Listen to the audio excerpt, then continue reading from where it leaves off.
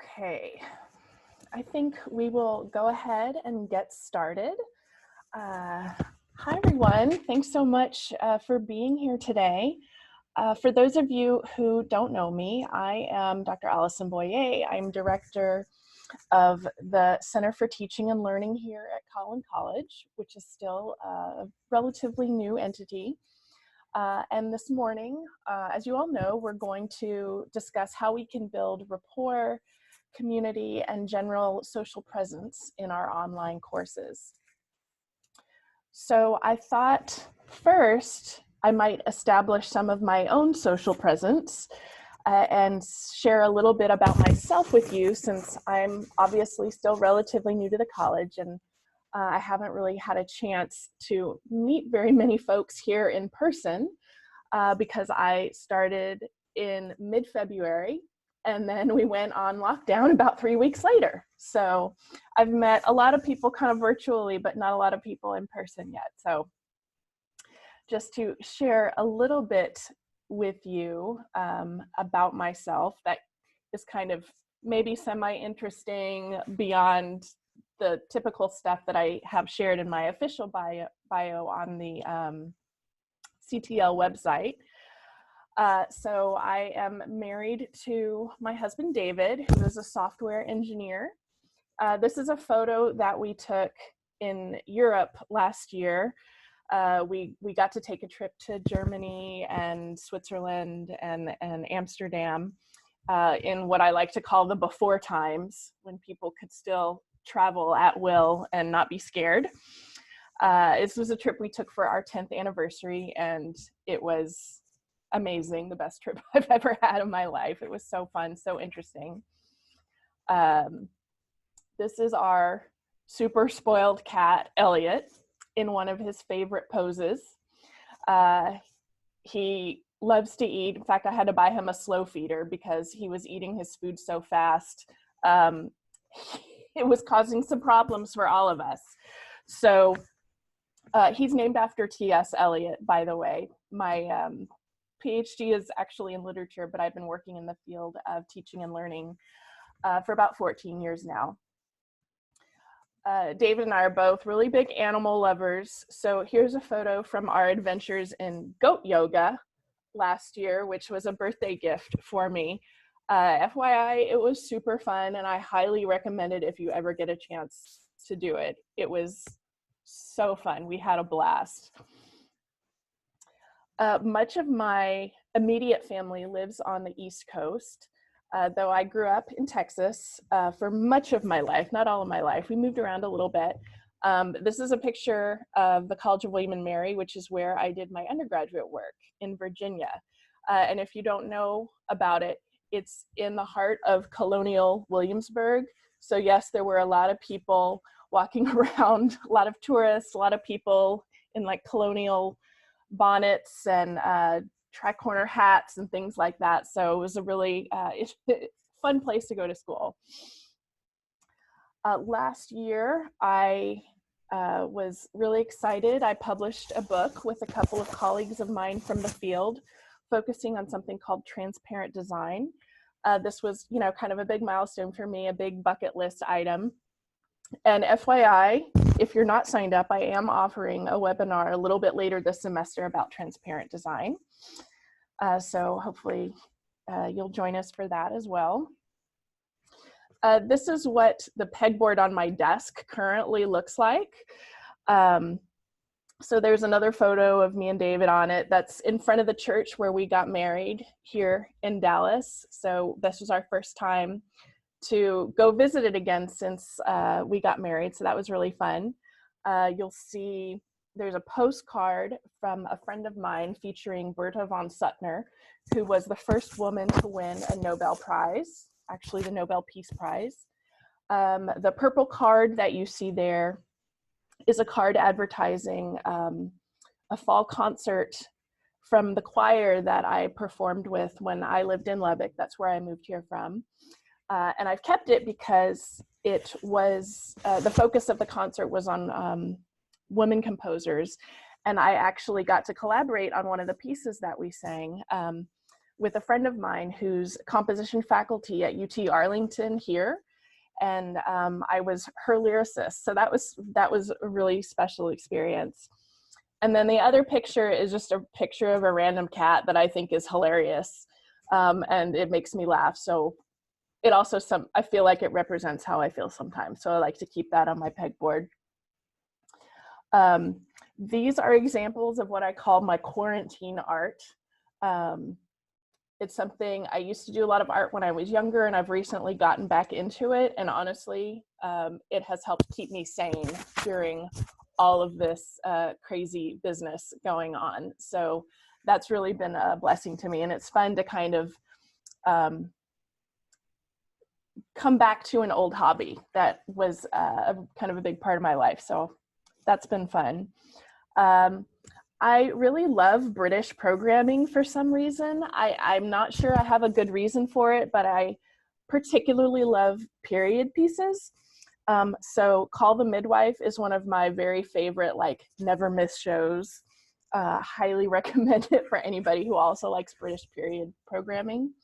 I could talk about that for days. I do have subscriptions to BritBox and Acorn, which are both streaming services specifically for British programming. And I watch them all the time. That's another thing that helps keep me kind of calm and sane when I'm having a bad day or feeling overwhelmed. I'm like, I'm just gonna watch some British TV and feel better about myself. I also really love mysteries. This is the book that I'm currently reading, The Truth About Archie and Pie. It's described as a mathematical mystery. I'm only about a quarter of the way into it right now, but I am really enjoying it so far. But I'll have to get back to you all later for a final review once I get through it. So far, it's a pretty easy read for anybody who might be interested. Since I love mysteries, naturally it follows I'm a big Nancy Drew fan. And I even dressed up like her for Halloween a couple of years ago, which was kind of fun. And my husband dressed up like Mr. Rogers. So we were super nerdy that year, but it was fun. And then this may be the weirdest thing about me, but I have a really unusual affection for donkeys. I'm not sure why. I think they're just super cute. They're really hardworking. They're kind of an overlooked and underappreciated member of the animal kingdom. So I just really love them. And when I moved here to McKinney, I was really excited because about a mile down the road from where I live, there is a farm, a ranch that has about 3 donkeys and a horse and a cow on it. And they recently had a baby donkey on this farm. So I get really excited every time I get to drive by them, though I'm not allowed to go pet the animals, unfortunately. So now you know all kinds of weird things about me.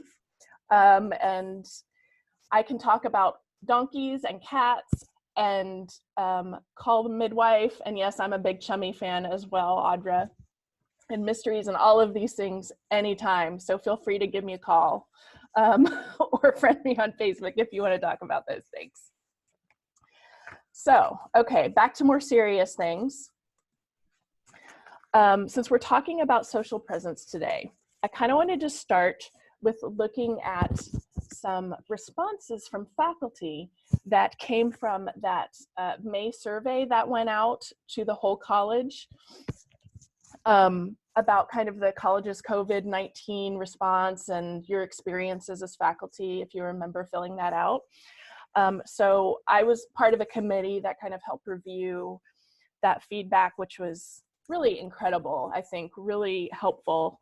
And I pulled a few comments that I think are just super thoughtful and say a lot about social presence in the online classroom. So I just want to take a few minutes for us to read through these and think a little bit about what they're revealing to us about social presence in the online classroom.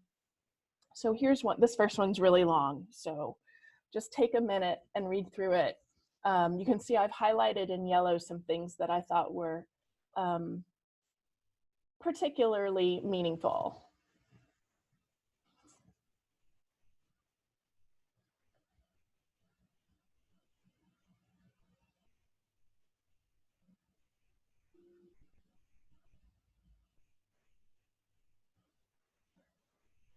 So you'll see things in here. The students were genuinely grateful for every communication, big or small.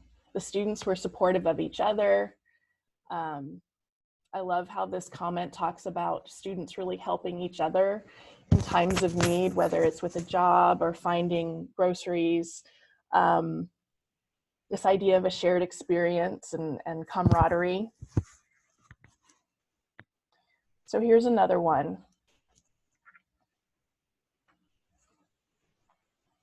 Humanity, reminding us all that we're a community. Students appreciating the acknowledgement of their humanity and well wishes. And students demonstrated this in their interactions with each other in the course as well. A mention of heartfelt emails, appreciation for availability, and appreciation for the time that the faculty member took to reach out to them as individuals. And then one more that's shorter.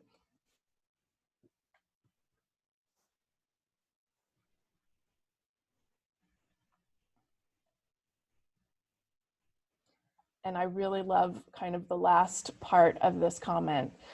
Zoom is great and all, but nothing beats actually paying attention to each student's patterns and dropping little notes here and there to remind them of things or let them know you're there if they need help. So, we've had I'm sure there's been a lot of conversation and there's been a lot to do about, the technology that we need in order to move our classes online. And there's so much work that goes into teaching online. But here, this comment here expresses how students felt confused and detached from their classes after the move. And I love how all of these comments really draw attention to things like paying attention and the little things that can be meaningful. So I kind of want to ask you all, what are some things that you're noticing in terms of patterns or big takeaways from these particular comments that I've pulled? What do these comments reveal to us about the importance of social presence in the online classroom? Feel free to unmute your mic and speak out loud, or if you want to type some things into the chat, that's okay too, whatever you feel more comfortable with. This is Amy. I get a lot of that communication is needed. Mm-hmm. Not just online. I mean, obviously that's what we're the position we're put into, but I think a lot more communication is needed at this time, not just for the classes and clarity, but I mean, just to help people know that they're not alone in this situation. Yeah. Yeah, absolutely. See, we have a couple of things in the chat. Sonia mentions communication and supportive words. Alaya mentions personal connection is really important for student success, not just getting the content across. Yes, 100 times yes, so important. And those are obviously some of the things that we'll get into a little bit more here today. Audra says, it seems that what is true in face-to-face classes is even more true online. Yes, students need to feel seen and acknowledged, need to know their instructors are paying attention to them and want to help them succeed. Yes. And as I was preparing this webinar, that's exactly the feeling that I had. This thought that, this is all just good practice in general, whether you're teaching face-to-face or online, but it's even more important for the online classroom, for sure. Eileen says, I'm not teaching this fall for medical leave. In the spring, students shared how helpful the communication availability was as they worked through the processes in their artworks. Yes, that idea of being available for students is even more important when you're not having that kind of regular face-to-face contact with them. They need to feel like they can then reach you when they need you, for sure. So the, Eileen also says they love the end of class temperature checks that we had. Yes. Opening up about family, work, school challenges, etc. Yes.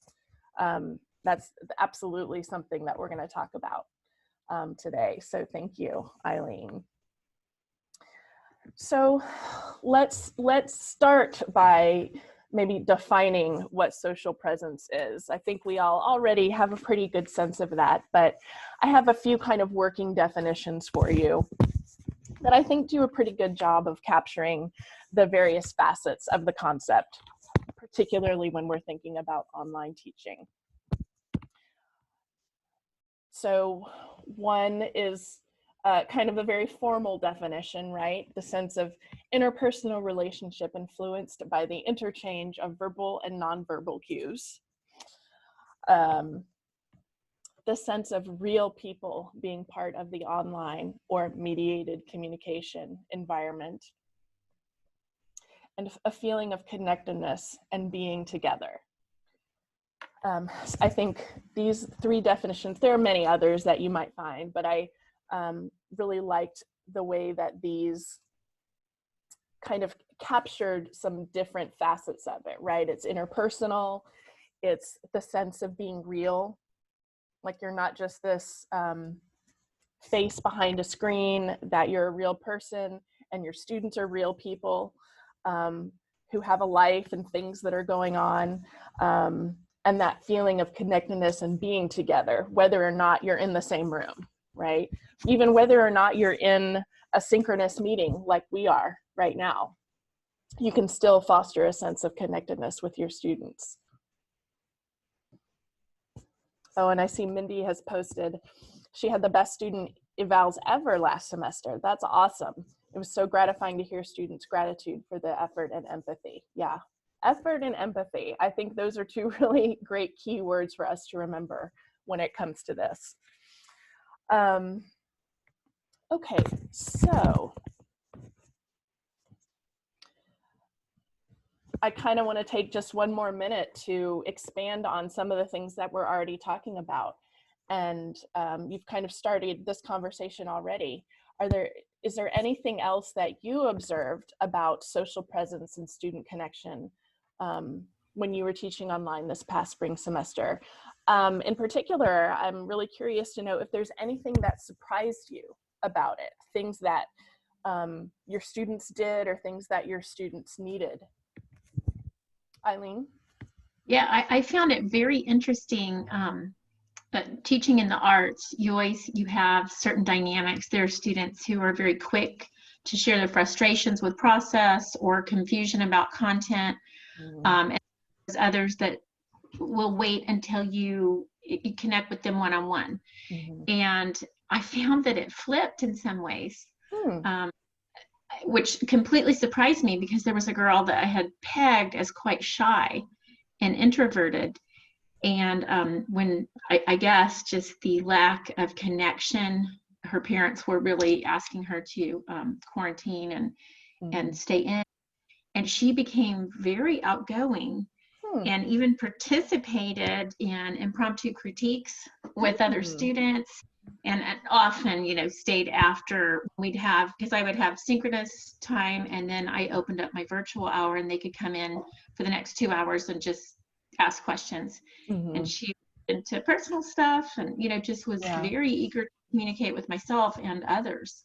And I saw that in both my classes. I saw that with a number of students who were quite intimidated by sharing in the classroom environment, but very willing in the screen situation. Yeah, it maybe empowers some of the shyer students or more comfortable format. Yeah, because of social media, maybe. I don't know. Yeah, it's really fascinating. What else? Anyone else have any kind of surprising experience or things that you felt like you learned about social presence in the spring? Again, feel free to talk out loud or post in the chat if you'd like, whatever you feel better about. Okay, so this is Mindy. I was just typing into the chat, so I'll just say it out loud. Okay. For me, I found it curious that, when we had them in class, they couldn't keep their hands off their phones. They were texting back and forth. So I use team-based learning and try to direct that in positive ways and set them up collaborative documents and all of that. When the when it went into lockdown, there seemed to be a real resistance to get on their phones or computers or whatever it was. And so I asked about it, close to the end. And some of them told me they were just sick to death of, social media and Zoom meetings and all of that. And they were just enjoying connecting with their families. Yeah. So I did a team project that usually goes well because they have class time to do it, and they didn't. It just turned into a nightmare. But and then, they kind of dropped off. And at first, at the beginning, they would have their faces. Everybody would be on there with their webcams.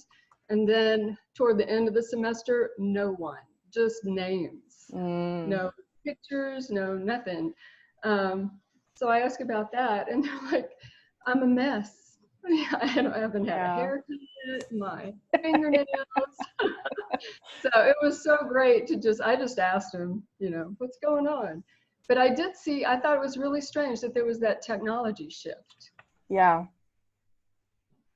Yeah. So. And I'll be honest with y'all, I have not had like a legit haircut since February because I'm still a little bit afraid to go to a salon. So I've just been cutting my own hair. So don't judge me, please. Same here. And going gray, just letting go. That too. Audra posted in the chat, I love how the choice of whether to show one's face or make one's voice heard empowers introverts to communicate more. And she mentions that she's more comfortable writing than speaking. And I am too. I'm kind of a closet introvert myself a lot of the time, so I totally understand that. But then there's also such a thing, I think, as Zoom fatigue, right? There's something different about being in the room versus being on Zoom, I think, or being in some kind of mediated environment. Anything else before we move on? I did, Michelle had posted in the chat that she's had some students stay after virtual lectures to chat about life.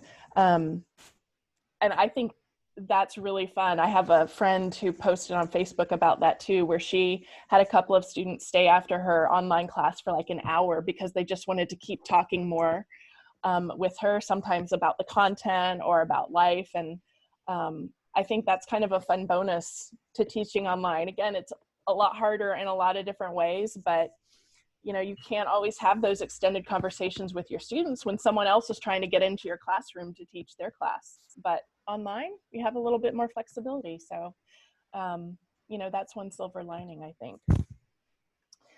All right. So, why are rapport, community, and social presence so important? There's a lot of research to back this up. You might not be surprised to know. First of all, these things help reduce feelings of loneliness and stress for our students in the classroom. There can be a real sense of isolation, right? And I think a lot of us probably feel that as well when we're not getting to see each other, not getting to see our students in person. So anything we can do to help reduce those feelings of loneliness and stress are really important. So from that, it follows that when students don't have those feelings, they experience increased motivation, they're more actively engaged with the course, and when a learning environment feels more comfortable and personal, that's what my students are talking to me about this. They're more likely to share of themselves, right? When they feel more at home, they're probably going to be more willing to engage with what's happening in the classroom. And then finally, with that improved motivation and engagement, students experience greater satisfaction as well as improved learning and performance in the course. And in fact, there's one study that I read that shows that social presence has been shown to be a great predictor of student retention and final course grade, specifically in community college courses. So that's something I think to really think about. It tells us how very important this is. So there are two different components to social presence and community. There's instructor-student connectedness as well as student-to-student connectedness. So I'm going to start by focusing first on ways to cultivate instructor-student connectedness. First, you obviously want to be mindful and purposeful in the ways in which you communicate with your students.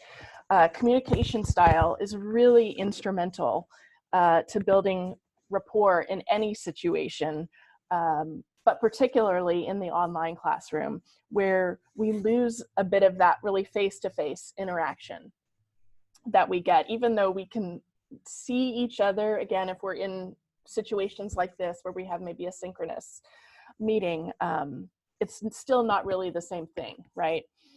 So first, you want to work to use a personal and positive tone when you're communicating with your students.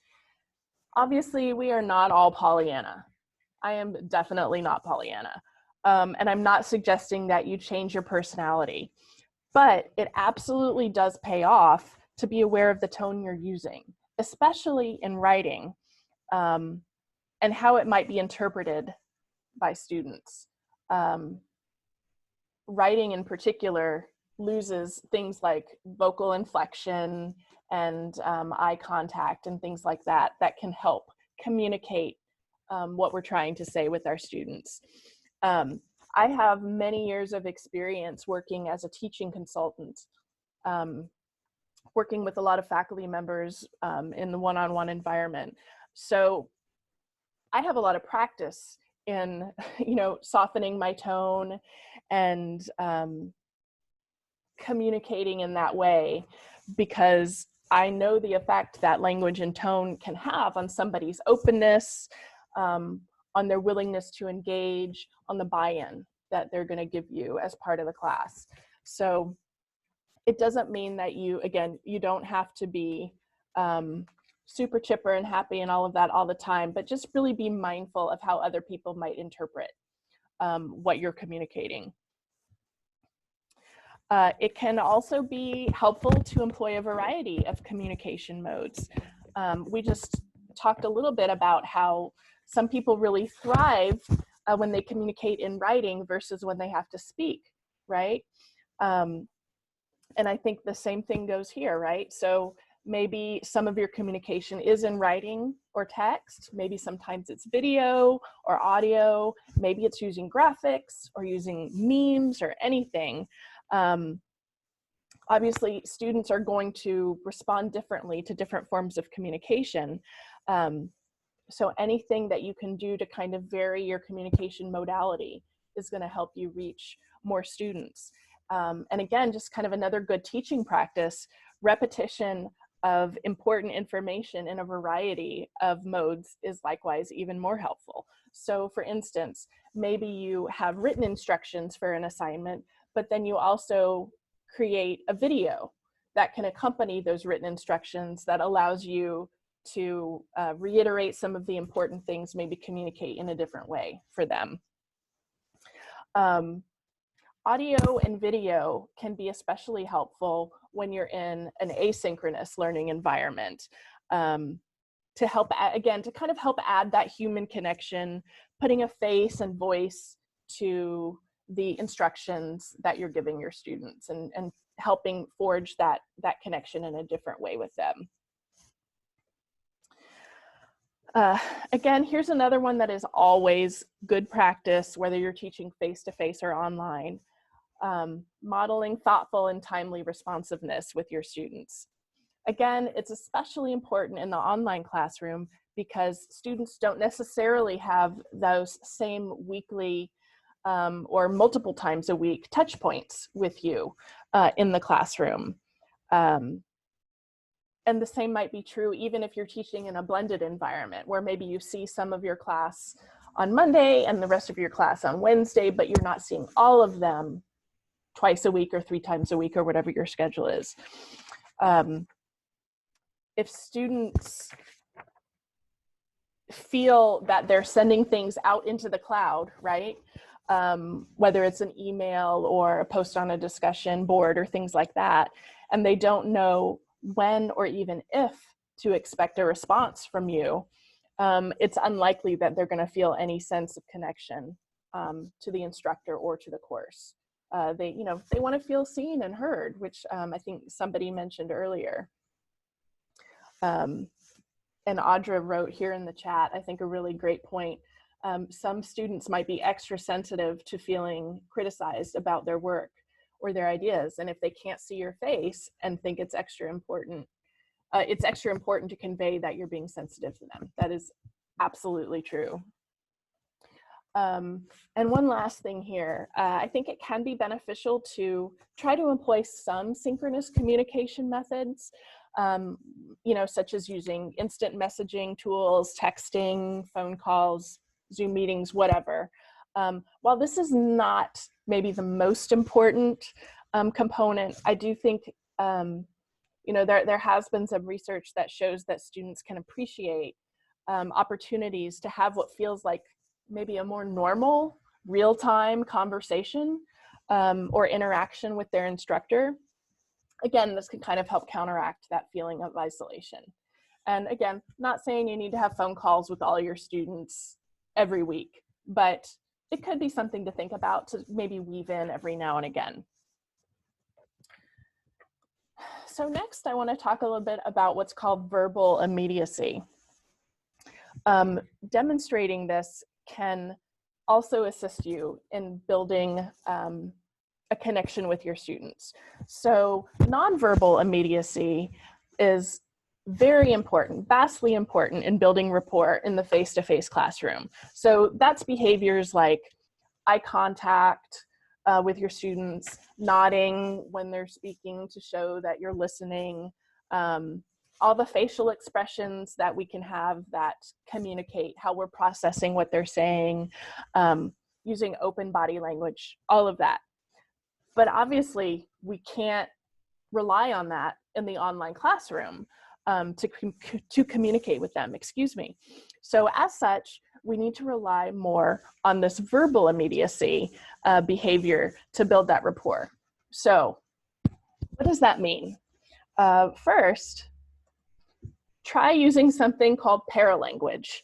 All that means is using things like emoticons, punctuation like exclamation points, capitalization or how you spell words, other ways of formatting text, like italics, anything that can help convey that warm tone in your writing in the absence of those nonverbal cues like vocal inflection or facial expression.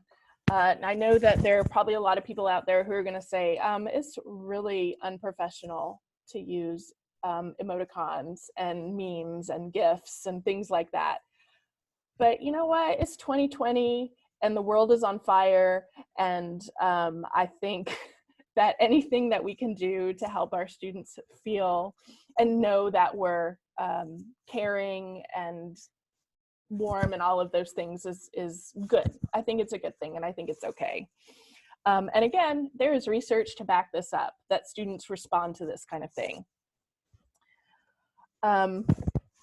Again, great practice in general to use student names, but it's perhaps even more impactful in the online classroom than in the face-to-face classroom to purposefully use student names to help them feel recognized and to know that their presence is appreciated on an individual level. Whether you're acknowledging a comment that they made, maybe something they posted in a chat, or whether you're calling on them to share something vocally during a meeting, or if you want to draw attention to a particularly thoughtful or provocative comment that they posted on a discussion board, all of those kinds of things, again, makes them feel recognized, right? And this is kind of part of that. Along with using students' names to demonstrate something that's called interactive immediacy, it's important to be mindful and work to give praise and acknowledgement for student contributions, whether it's, again, doing something like referring directly to a student comment that they made on a discussion board that you want to then bring up during the class meeting, to thank a student for an interaction, to ask a student to expand on a point further. One study that I read found that agreement, acknowledgement, and approval are the glue that holds asynchronous discussions together. So again, it's about helping students know that what they're doing is meaningful and that it's recognized, that it's not just busy work that you're making them do, right? So something else to build that communication and kind of cultivate a sense of humanity with your online students. There are a lot of different sharing strategies that you can consider. So obviously incorporating a sense of humor and warmth in your interactions with students can go far in building rapport with them. Again, whether this is face-to-face or in the online classroom. One caveat, we do not have to be comedians. We do not have to be entertainers in the classroom, but kind of along the same line as using emojis and things like that, it is okay to not be serious and formal all of the time. Another caveat, I would suggest that you avoid relying too much on maybe sarcastic humor that pokes fun at your students. I've worked with faculty in the past who have done this. Again, it was just their natural sense of humor, but I will say that their students did not interpret it that way. They didn't kind of interpret it in that lighthearted way in which it was intended. So just something to think about. Stories and personal experiences. Self-disclosure has also been shown to have a very positive effect on social connection in online courses. So don't be afraid to share some of your personality, to share some of personal experiences that you've had with students, or to engage even in storytelling with your class to elucidate course content. This has other very real benefits as well, not just rapport building and community. Oh, I have to sneeze. I'm sorry. I think I lost it. So these can also have the benefits of building your credibility as an instructor, because you can talk about experiences that you've had with the content. You can help illustrate the real world relevance of the material. And storytelling can also just make things more memorable for your students and help them retain the information more. Eileen just posted in the chat, at the end of every synchronous meeting, we have a COVID show and tell. It could be a funny COVID moment, meme song, whatever was getting them through. I love that idea. That is such a great idea.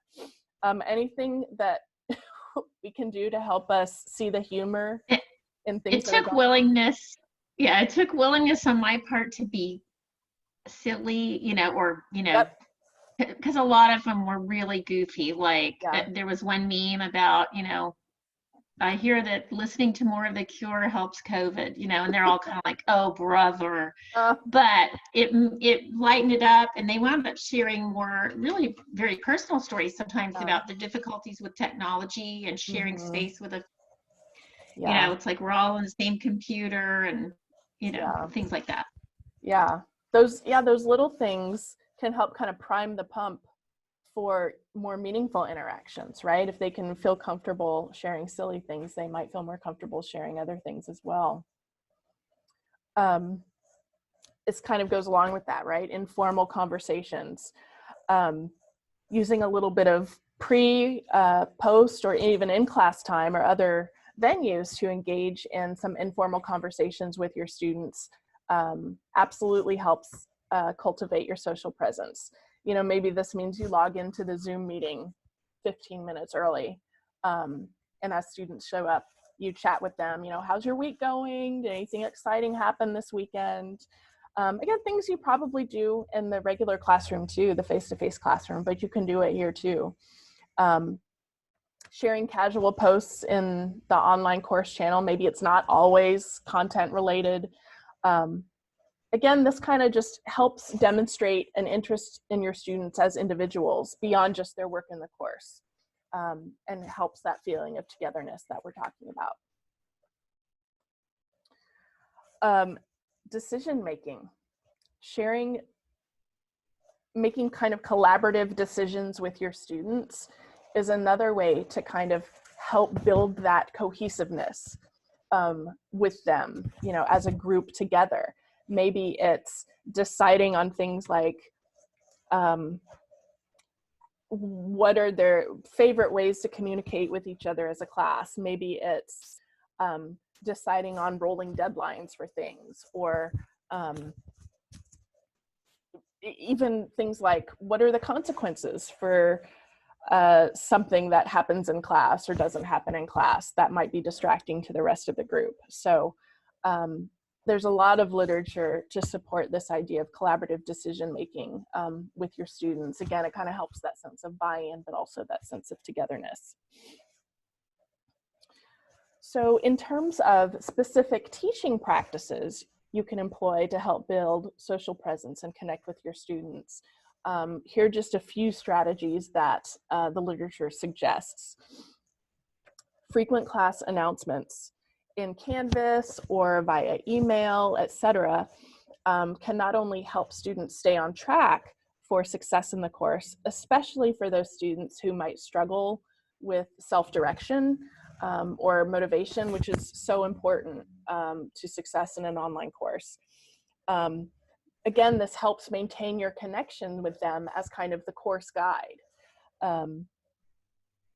Research absolutely confirms that students feel that some of the most important components in a successful online course are making course requirements clear. So this is one thing that you can do to help not only increase clarity with your students and clarify expectations in general, but also maintain that connection with them so they don't feel like they're kind of out there floating alone in the course.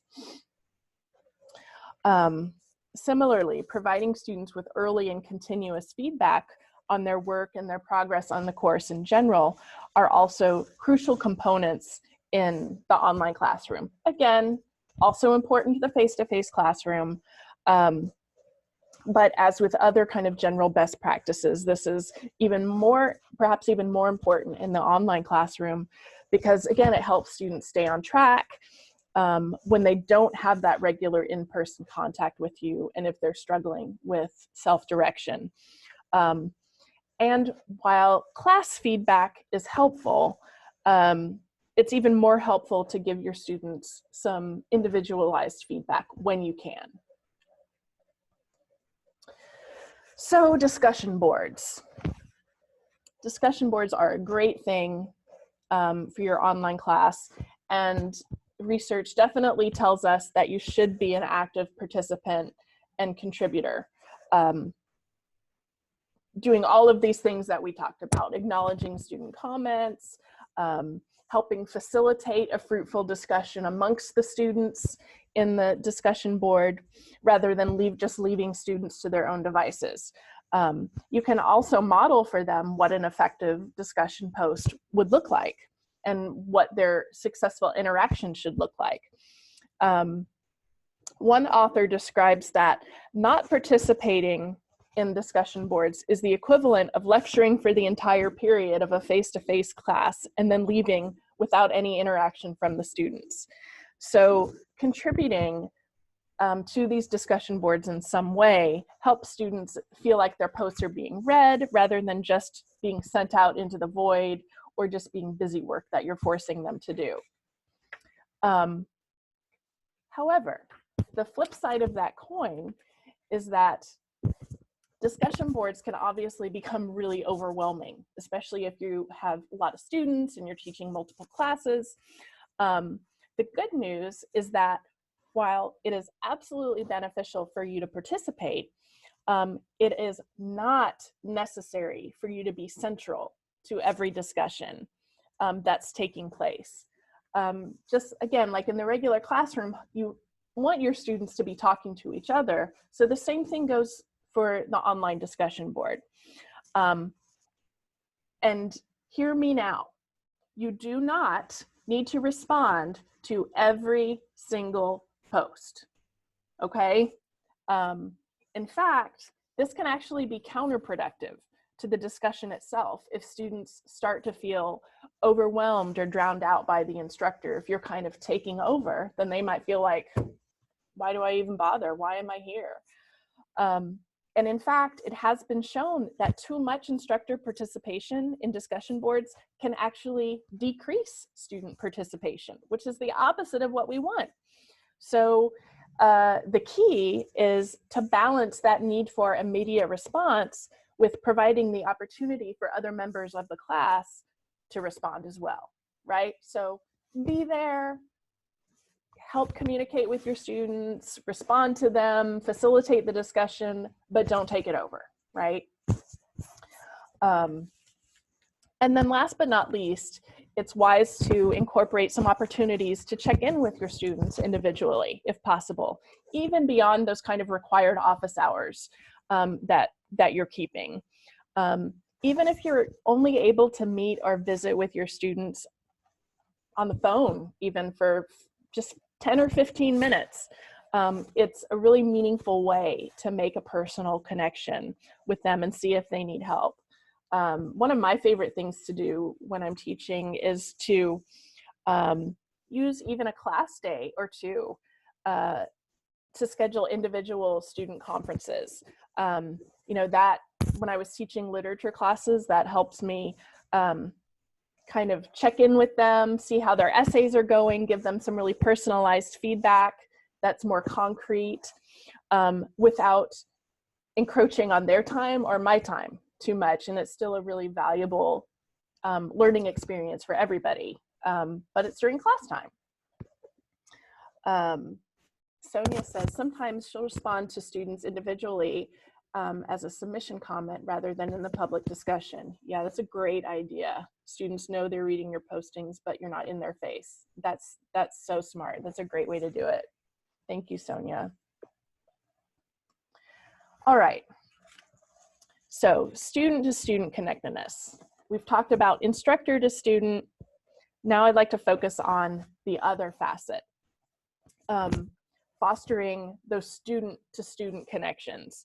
The research shows that when students feel more connected to each other, not just to the instructor, they report higher engagement in the course, increased motivation, and more satisfaction in general. So one way to help build community amongst your students is through task-driven connections. So, you know, learning activities and assignments, basically. And I know that you guys are already doing a lot of these things. So many-to-many communication tools like discussion boards or class wikis or collaborative documents like Google Docs, I think Mindy brought that up, are easy ways to get the whole class working together and communicating with one another while also facilitating active learning and engagement with the course material in a really fun and meaningful way. Something else to consider are small discussion or small working groups. This helps foster that student-to-student interaction in an even more intimate way than full class collaborative strategies or activities. Some studies have shown that when in larger groups, students are generally less engaged in higher order thinking, they produce fewer dialogues and ask fewer questions. And then there's, you know, also always the risk that some participants will dominate the entire discussion. I'm sure we have all had that student before, right?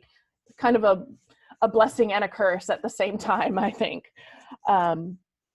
So by that token, it can be really beneficial to build in some opportunities for smaller groups to collaborate.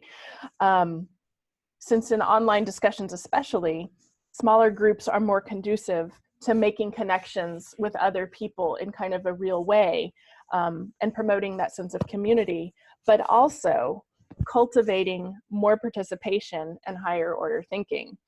I mean, I don't know about you all, but a lot of times I'll feel much more comfortable speaking up or participating in a discussion when it's just me and 3 other people rather than a huge big group, right? It's a little less intimidating, and I think that's true for some of our students. Studies differ on identifying the optimal group size, whether it's for in-person groups or online groups. And obviously it's always going to depend on the task that you're doing, or having them do in those groups, but the general consensus seems to be that groups of 3 to 5 are the ideal. And FYI, there is an upcoming webinar on group work, if any of you are interested, available on the CTL website. I'll show you the list at the end of our time today. Okay, so here's one more thing. One more idea that I came upon during my research is this notion of an online seating chart. As of August 20th, so this is a very, very recent, Zoom has implemented the option for a customizable gallery view during meetings in which you can drag and drop participants into whatever order you choose. So this can lock the gallery into a fixed configuration that won't shift when a new person speaks or when someone else enters the room. And teachers can then have students follow the same view for kind of a custom seating chart for the class. This can be extra handy for when you want to do kind of round robin activities where you ask students to kind of, you know, what we would say, go around the room and share something. This makes it a little bit easier, but it can also help you and your students get to know each other a little bit better because you know, okay, Melinda is here and Mindy is here and Eileen is here and Joe is here. Zoom also notes that in a future update, teachers will be able to save their custom gallery layout as a virtual seating chart.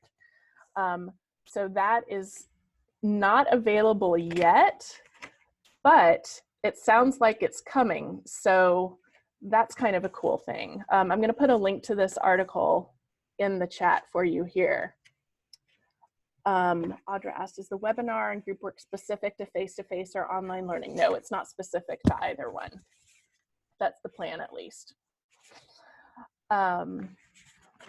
Okay, so those were some teaching ideas that are task-driven. The other piece to consider is building opportunities for socio-emotional connections between your students. And we've talked about some strategies for this already. One really common, really easy strategy for that is to ask your students to share something about themselves. You know, much like I did at the very beginning of this talk, you know, maybe you ask them to post profiles, images, videos, things like that. You know, for instance, one thing that I've done, I've asked students to either send me selfies or share selfies with the class of themselves doing something that shows their personality or something that's important to them. So, you know, I've got a lot of fun pictures of students doing things like posing with their band instrument or posing with their beloved pet or with a group of friends or things like that. So it can also be fun to ask them to do things like share what's their favorite movie or TV show or their favorite musician. You know, just simple things that can help them get to know each other a little bit and forge some connections with each other. I've talked about this in some of my other webinars, but I will share it with you as well.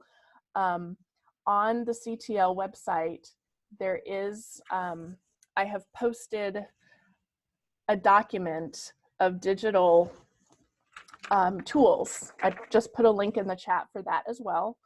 And on there are some platforms that you could use for things like students posting profiles or videos and things like that. So Flipgrid, Padlet, Mural, things like that. So take a look at it. if you want, it is there. So back to this idea of time for casual conversation is important, not only just for that instructor-student connection, but also student-to-student connection.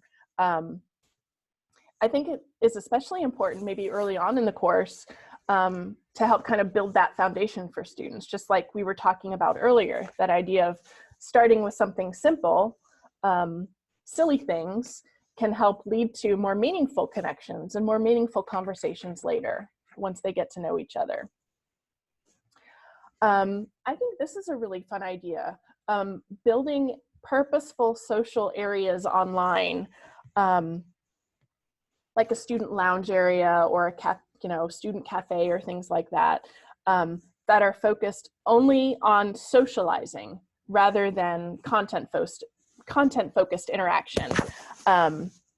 One study that I read even talked about creating these spaces that were off limits to instructors. So the instructor created it, but then couldn't or wouldn't access it later. So that made kind of a safe space for students to interact with each other.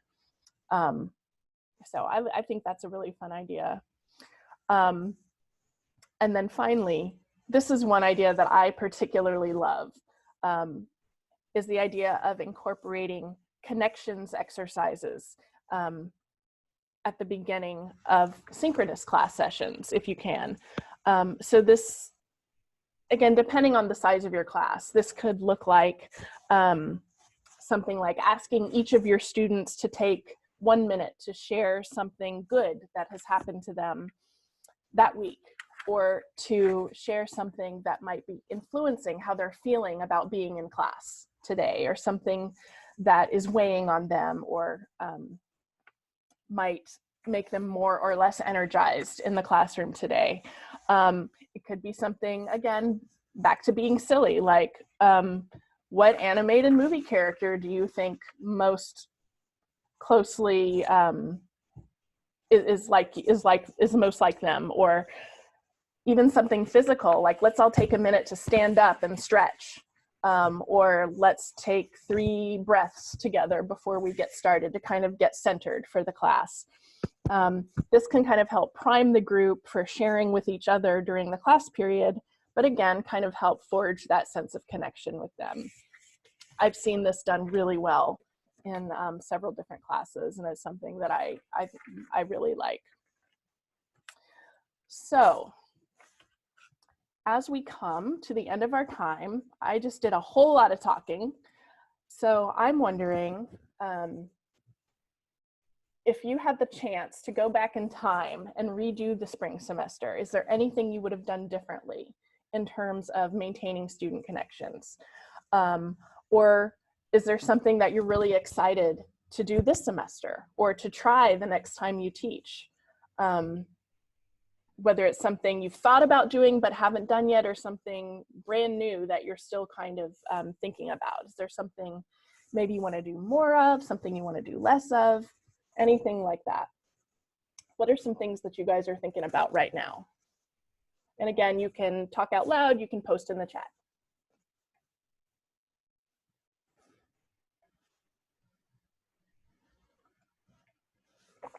Not all at once though.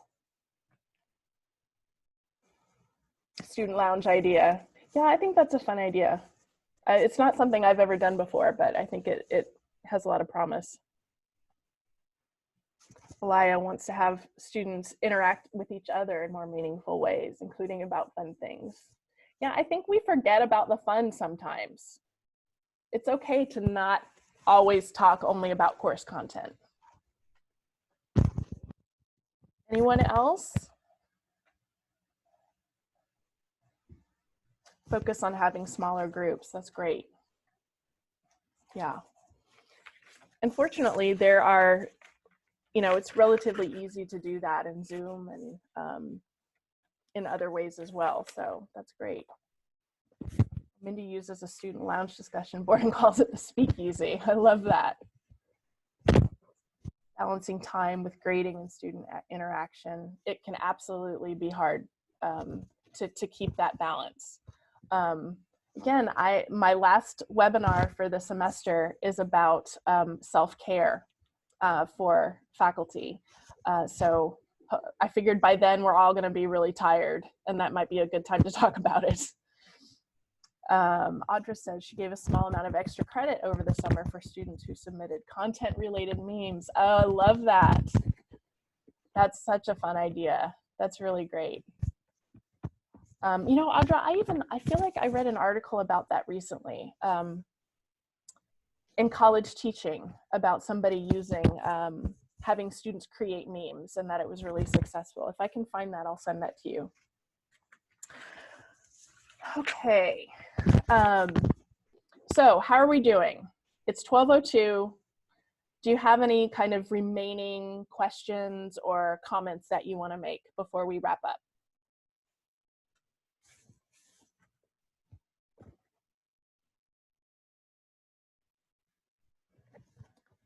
Okay, well, if you think of them, don't hesitate to email me or call me or whatever. I'm happy to keep talking about these things with you or help you think through things. So as promised, here is the list of the remaining upcoming webinars for the semester.